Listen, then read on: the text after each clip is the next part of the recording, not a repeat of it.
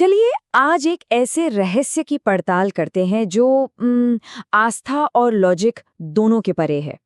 ये सिर्फ कोई कहानी नहीं है, समझिए कि ये एक इन्वेस्टिगेशन है, एक डिवाइन क्राइम सीन की जांच। और इसका अकेला सुराग वो मिला था सीधा भगवान के होठों पर। ये एक लाइन, बस ये एक लाइन ही इस पूरी कहानी का आप कह सकते हैं सार है।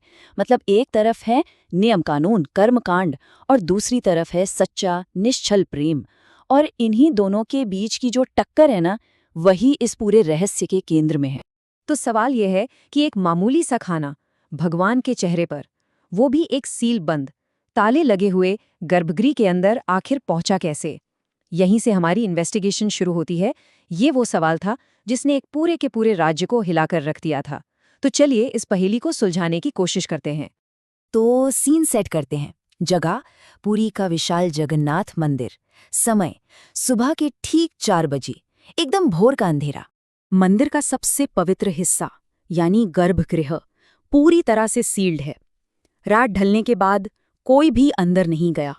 किसी का भी अंदर जाना मतलब इम्पॉसिबल है। और तभी जो मुख्य पुजारी हैं राजेंद्र, वो अंदर आते हैं। क्यों? सुबह की रस्म निभाने के लिए। एक ऐसी रस्म जो सदियों से बिना नागा चली आ रही है। ये उनका रोज का काम था। लेकिन उन्हें क्या पता था कि आज कुछ बहुत अलग होने वाला है। अंदर आते ही उन्हें एक अजीब सा एहसास होता है कि कुछ तो गड़बड़ है, कुछ सही नहीं है। मतलब हवा में ही एक अलग सी बेचैनी थी। अब इससे पहले कि हम सबूत की बात करें, एक चीज जान लेना जरूरी है। खिचड़ी, ये क्या है? बस चावल और दाल से बना एक बहुत ही सिंपल साधारण सा खाना। कुछ भी फैंसी या शाही नहीं, बिल्कुल नहीं। और यही था वो सबूत, वो एविडेंस जिसने पुजारी के होश उड़ा दिए। भगवान जगन्नाथ की मूर्ति के होठों पर खिचड़ी का एक छोटा सा दाना, बिल्कुल वैसे जैसे कोई छोटा बच्चा जल्दबाजी में कुछ खाए और अपना मुंह पोंछना भूल जाए। अब ये खबर तो आग की तरह फैलनी ही थी और मामला पहुंचा सीधा राजा के पास। अब ये एक रॉयल इन्वेस्टिगेशन बन चुकी थी और सवाल सिर्फ एक था, क्या ये मंदिर की सिक्योरिटी में कोई बहुत बड़ी सेंध थी या फिर ये खुद भगवान का कोई इशारा था? राजा गजपति ने जाहिर है फौरन एक्शन लिया। हुक्म दिया, हर दरवाजे पर पहरेदार डबल कर दो। और तो और इस बार गर्भगृह को खुद राजा ने अपनी शाही मोहर लगाकर सील किया। मतलब इंसानी गलती की कोई गुंजाइश ही नहीं छोड़ी गई। लेकिन कोई फायदा नहीं हुआ। अगली सुबह इतनी टाइट सिक्योरिटी के बावजूद सब कुछ फिर से वैसा ही था। भगवान की मूर्ति पर खिचड़ी के ताजे निशान। अब एक बात तो साफ हो चुकी थी, ये किसी इंसान का काम नहीं हो सकता। तो जब राजा की शाही जांच पूरी तरह फेल हो गई, तब इस कहानी का फोकस एक ऐसी जगह पर गया जहां किसी ने सपने में भी नहीं सोचा होगा। महल से निकलकर एक साधारण सी झोपड़ी की तरफ। और यहीं पर हमें भक्ति के दो बिल्कुल अलग अलग रास्ते देखने को मिलते हैं। एक तरफ एक ज्ञानी साधु का रास्ता, जिनके लिए नियम, शास्त्र, अनुशासन यही सब कुछ था।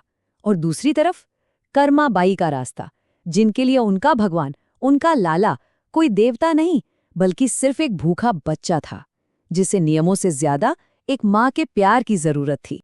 पर कर्मा बाई और उनके भगवान का ये जो रिश्ता था ना, ये कोई नया नहीं था। इसकी जड़ें बहुत गहरी थीं, उनके बचपन तक जाती थीं। ये एक वादा था, एक अटूट संबंध। हुआ ये था कि सालों पहले जब उनके माँ बाप तीर्थ यात्रा पर जा रहे थे, तो छोटी सी कर्मा को बस एक बात कहकर गए, ठाकुर जी को भोग लगाए बिना खुद मत खाना। कर्मा ने भोलापन से भोग लगाया, पर पत्थर की मूर्ति भला कैसे खाती? जब भगवान ने नहीं खाया तो उस बच्ची ने भी अन्न का एक दाना नहीं छुआ। और फिर एक चमत्कार हुआ। कहते हैं उस बच्ची की मासूम जिद के आगे वो पत्थर की मूर्ति एक जीता जागता लड़का बन गई और कर्मा के हाथों से खिचड़ी खाने लगी। ओके, तो चलिए वापस आते हैं पुरी के उस रहस्य पर। राजा की सारी कोशिशें बेकार हो चुकी थी। अब जवाब कहाँ से आता? जवाब आया सीधा ऊपर से, किसी इंसानी जांच से नहीं, बल्कि खुद भगवान ने एक सपने के जरिए ये राज खोला। उस रात भगवान जगन्नाथ राजा के सपने में आए और उन्होंने कहा, राजा सुनो, पुरी में मेरी एक माँ रहती है कर्मा। एक विद्वान ने उसे पूजा पाठ के नियमों में ऐसा उलझा दिया है कि वो परेशान है। और फिर उन्होंने वो राज खोला जिसके लिए सब परेशान थे। भगवान ने कहा, देखो, जब तक वो नियमों में उलझ कर मेरे लिए खाना बनाती है ना, तब तक तुम्हारे मंदिर में पूजा का टाइम हो जाता है और मुझे इतनी जोर की भूख लगी होती है कि बस जल्दी जल्दी खाकर भागना पड़ता है। बस इसीलिए मेरे चेहरे पर ये सब लगा रह जाता है। बस ये सपना एक टर्निंग पॉइंट था। राजा को अपना जवाब मिल चुका था और अब वक्त था एक माँ के साधारण से प्यार को मंदिर के इतिहास की सबसे बड़ी परंपरा बनाने का। और जब उन ज्ञानी साधुओं को ये पूरी सच्चाई पता चली तो उन्हें अपनी गलती का एहसास हुआ।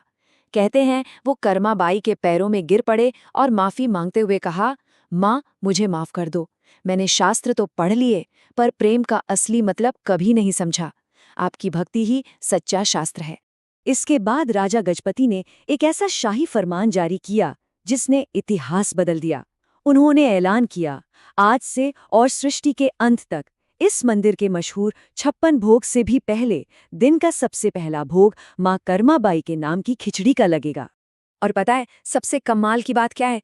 ये परंपरा आज भी, इस सेकंड भी जिंदा है। हर रोज दुनिया के सबसे भव्य मंदिरों में से एक में सबसे पहला और सबसे जरूरी भोग होता है एक माँ के हाथ की बनी प्रेम भरी खिचड़ी का। तो कर्माबाई की विरासत क्या है? यही कि कैसे एक मामूली किसान महिला अपने सच्चे प्यार से भगवान की माँ कहलाई। कैसे एक साधारण सा खाना 56 पकवानों की शाही दावत से भी ज्यादा पवित्र बन गया। और कैसे सिर्फ प्रेम की ताकत ने सदियों पुरानी परंपरा को हमेशा हमेशा के लिए बदल दिया। यहाँ तक कि ऐसा भी कहा जाता है कि जब कर्माबाई ने शरीर छोड़ा तो जगन्नाथ मंदिर में पत्थर की मूर्ति की आंखों से सच में आंसू बहे थे। तो आखिर में एक सवाल हमारे लिए भी है, हमारी अपनी जिंदगी में ऐसे कौन से नियम, कौन सी परंपराएं हैं जो शायद सच्चे निश्चल प्रेम के लिए तोड़ने लायक हैं? इस पर सोचिएगा जरूर।